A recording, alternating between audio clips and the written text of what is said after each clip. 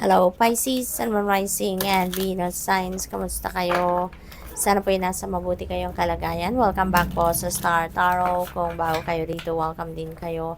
Thank you sa inyong support. I truly appreciate it. God bless you all. Pisces po na mensahe po ninyo ay 8 of Cups. Ayan. So, sa 8 of Cups energy, this is a moving on energy. There is also a new beginning energy rito.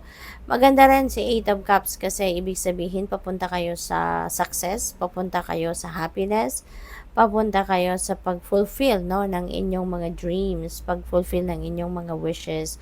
Maaring kung saan kayo manggagaling rito, alam ninyo na wala ng there's no room for advancement dito, no? Wala nang room for growth. Kaya maglalakas ng loob kayo na umalis na sa sitwasyon na yan. Kasi na mas marami pa kayong magagawa. Marami pa kayong maibubuga, kumbaga, no? Pisces, and you want that to, you want that to be on display. So, what else? We have 2 of Swords. Ayan. So, maaring yun ang pinag-iisipan ninyo, no? Hindi pa kayo nakakapag-desisyon totally sa ngayon. But maaring you are considering really to remove yourself from this situation, no? Na parang wala ka ng lugar para umasenso, no? Sorry, sa sitwasyon na yan, Pisces. Kaya maaring yan ang pinag-iisipan ninyo, no? Yan ang kailangan ninyong pagdesisyonan. But maybe ngayon wala pa kayo doon sa sitwasyon na yung bang fully decided na kayo, but you are considering this option. So good luck sa'yo. We have Page of Pentacles. Ayan, good news coming your way. May mga magagandang balita regarding opportunities ang dadating sa buhay ninyo sa ngayon, Pisces. Okay? So rito, merong kayong mga balita, good news, wonderful news coming in related, sa inyong money, career, and finances. May be related din yan sa property, baka meron kayong binibiling property or baka meron kayong binibentang property. So, maaring may mga documents kayo dito na hahawakan sa ngayon. Maybe those are documents that you are going to sign, documents that you are going to read, to review. So make sure na reviewin niyo na maayos, basahin niyo maayos from top to bottom, left to right. Kailangang kailangang mabasa ninyo ang lahat ng detalye para alam niyo kung ano yung inyong pinipirmahan. We have Queen of Wands. Ayan. So, papunta talaga kayo sa abundance. Papunta kayo dito sa pag-achieve ng mga bagay na gusto ninyong ma-achieve. No? Ano kayo ngayon?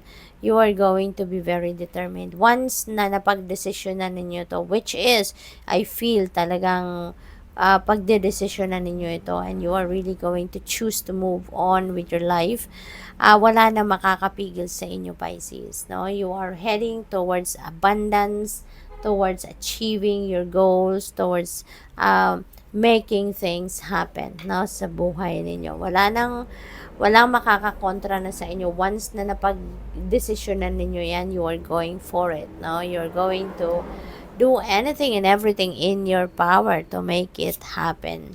Queen of Swords, ayan. So, talagang kayo ngayon, nag-iisip, nag-iisip.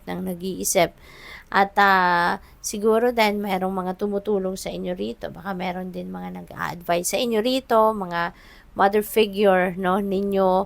At maaring sila din ay nag-a-advise sa inyo kung ano ang nararapat ninyong gawin. So, which is really good. What else for Pisces? We have Page of Wands, okay? Dito sa Page of Wands, this is news coming your way.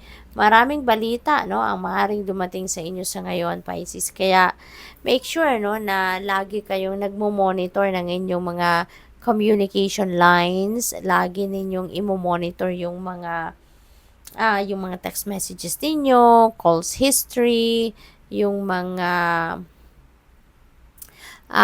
yung mga tawag dito, email, yung mga mailboxes ninyo, make sure that you are checking kasi maraming impormasyon ang dadating, no? So, maaari may mga sulat, emails, tawag, text messages, DM, PMs, mga ganon. Kaya make sure that you are monitoring them, okay? Kasi meron din balita rito, no, na baka offer ito, no? Baka tip ito sa inyo na merong opportunity doon, give it a try. Or baka meron ng imbitasyon dito sa inyo, no, na sige, you work for me or kukunin ko yung serbisyo mo, yung ganon, no. So, it will excite you, yung mga balitang yan, it will excite you. With those opportunities also will excite you as well kasi maaaring ito yung mga oportunidad na maybe matagal na ninyong minimithi na magkaroon kayo ng ganong oportunidad na magawa ninyo yung inyong passion, diba? What else we have? Knight of Swords. Ayan. So, dito sa Knight of Swords, things are going to be in a fast pace. Maraming magaganap dito, no, na mabilisan ng pangyayari, mabilisan ng galawan.